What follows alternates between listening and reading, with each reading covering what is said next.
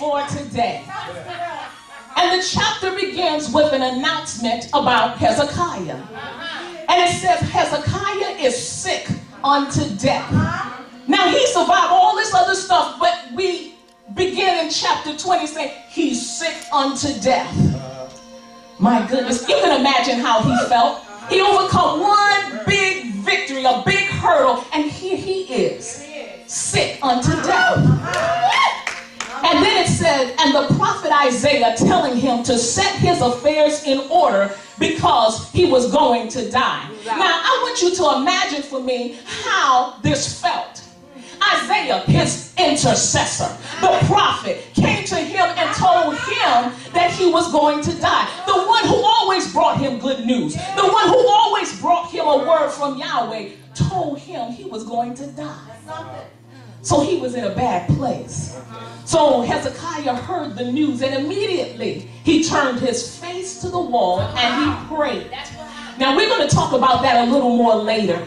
But in verse 3, we'll notice that Hezekiah prayed a very short prayer. It wasn't a long prayer. For those who are intimidated by prayer, it's not that it has to be long. It has to be pure and from the heart. And that's what matters. And so you have Hezekiah saying that he walked faithfully and devoted. He did what was good in the sight of Yahweh, and he wept. That's it. It was as simple as that. And then Yahweh responds. And he says Hezekiah's prayer had been heard. He has seen his tears, and that he would heal him, and that he would add 15 years to his life. He would deliver Hezekiah and Jerusalem from the king of Assyria. And he was going to defend Jerusalem for his sake and for his servant David's sake.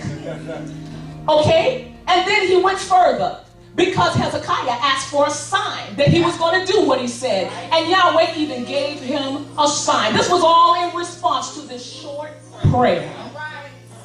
So again, our topic for today is, are you ready for a divine reversal?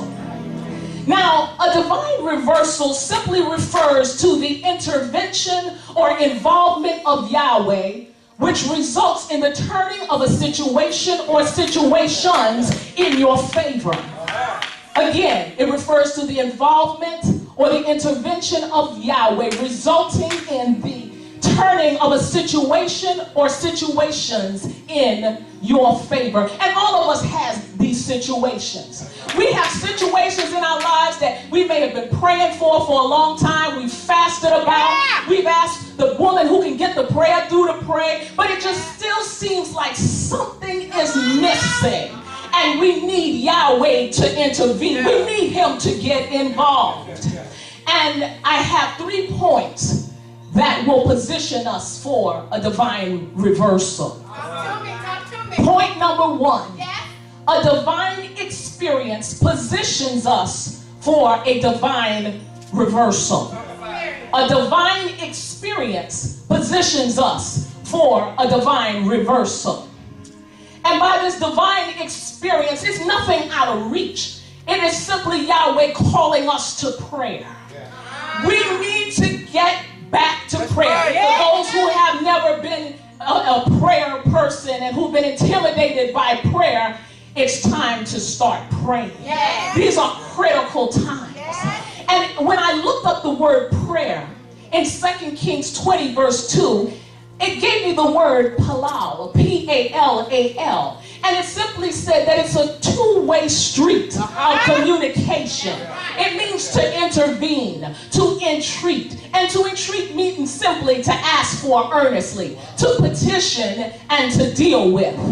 So in this verse, we see Hezekiah turning his face to the wall. He turned his face to the wall to block out any distractions. He realized that he was in a life or death situation. He had a situation that if Yahweh didn't intervene, there would be no intervention. So he realized he needed to talk with Yahweh. This time, Isaiah the prophet had brought him the bad news, so he couldn't even go to Isaiah the prophet. He went to Yahweh for himself. And he whispered a short prayer, and as we stated before, Yahweh answered. We have to realize in this call to prayer that prayer is aggressive. It is not passive. I don't know who told the body of believers that this is something that wasn't very important anymore. It is powerful and it is hard work. But as the slogan went years ago in the body of the Mashiach, it said much prayer, much power. Little prayer, little power. And it is true. Prayer gives you the power. Many people say they believe in confronting and dealing with situations and issues. But if you're not a person of prayer, that can't be true. That must not be true. You must get in a position of prayer.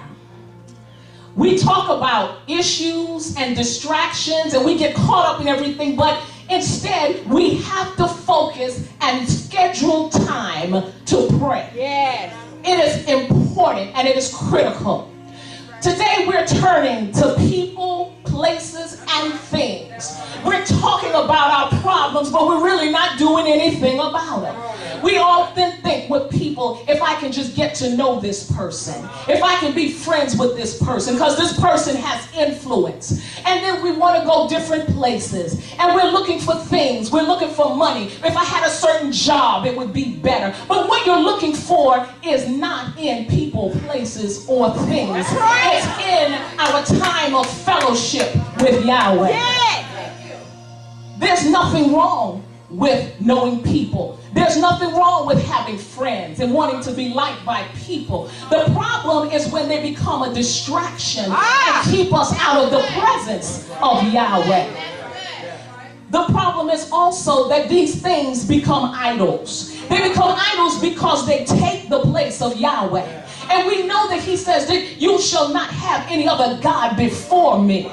So these idolatrous substitutes suppress or decrease our appetite for Yahweh. And we're going in circles. Now life we know is filled with challenges. It rains on the just and the unjust. No one is exempt. But prayer must not be an afterthought. It must become the first thought. The scripture tells us to pray without ceasing. And people wonder, how am I going to pray without ceasing? Well, let's go through the course of a day. When you pray without ceasing, you put Yahweh first. Yes. When you get up, before your feet touch the floor, you need to have that connection with Yahweh. It is critical because if you say, when your feet touch the floor, by the time your feet touch the floor, the enemy's there. And he will take advantage of you. So what you do is you get your mind focused on him before you even get out of bed. And you get out of bed and you put him first. We're talking about first fruit, and many people think it's an offering, but it's a principle of putting Yahweh first in your life. And by doing so, you're telling him that he is important. You're telling him that you trust him. You're telling him that you know that he is your provider, and without him, you can do nothing.